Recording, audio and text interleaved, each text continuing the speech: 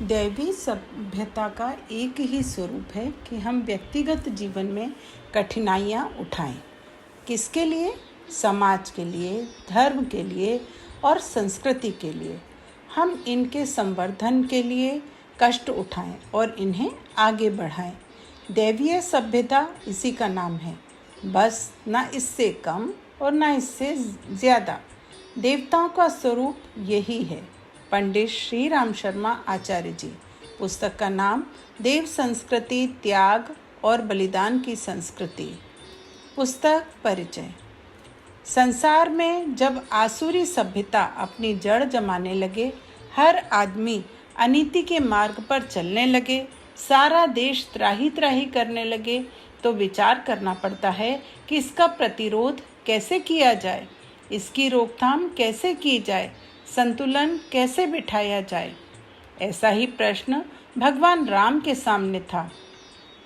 जब रावण की आसुरी सभ्यता ने आतंक मचा रखा था, तब श्री राम को एक ही बात समझ आई कि रावण को मारना तो आवश्यक है, परंतु एक व्यक्ति को मारने से आसुरी संस्कृति को मारा नहीं जा सकता।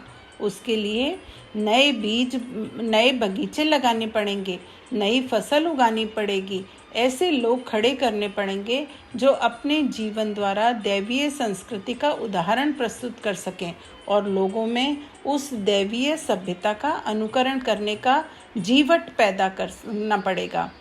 प्रस्तुत पुस्तक लेखक के प्रवचनों का एक संकलन है, जिसमें रामायण, बौद्ध धर्म और सिख गुरुओं की कथाओं के माध्यम से लेखक ने यह समझाने की कोशिश की है कि जब जब आसुरी शक्तियां प्रबल होती हैं, तो उनका प्रतिकार देव संस्कृति के अनुगामियों द्वारा त्याग और बलिदान के उच्च आदर्शों के उदाहरण प्रस्तुत करके ही किया गया है। अनाचार के विरुद्ध मोर्चे के लिए आवश्यक जोश और जीवट मात्र उपदेश शिक्षण से नहीं, स्वयं के निज शिक्षण द्वारा ही संभव है। पुस्तक के कुछ अंश। त्याग और बलिदान से आदमी महामानव बनता है, महापुरुष बनता है, तपस्वी बनता है, ऐतिहासिक पुरुष बनता है।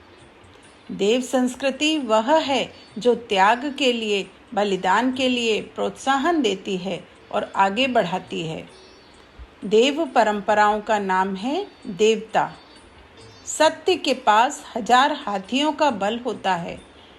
देवता का मन वह होता है कि जब उसके जीवन में कोई त्याग करने का, बलिदान करने का मौका आता है तो बल्लियां उछलने लगती हैं। यह होता है देवताओं का दिल। ऐसा कोई अध्यात्म नहीं है जो मनोकामना को प्राप्त करवाता है। अध्यात्म वह है जिसमें आदमी अपना कल्याण करते हैं और दूसरों का कल्याण करने में समर्थ होते हैं। ऐसी शक्ति जो दूसरे का कल्याण करती है, वह केवल असली अध्यात्म में रहती है।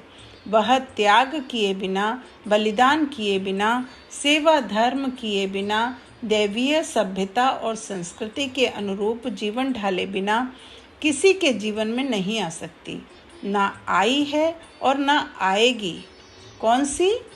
जिसमें त्याग ना जुड़ा हो, सेवा जुड़ी ना हो, लोकहित जुड़ा हुआ ना हो, कष्ट सहने की बात जुड़ी ना हो, वह अध्यात्म कैसे हो सकता है?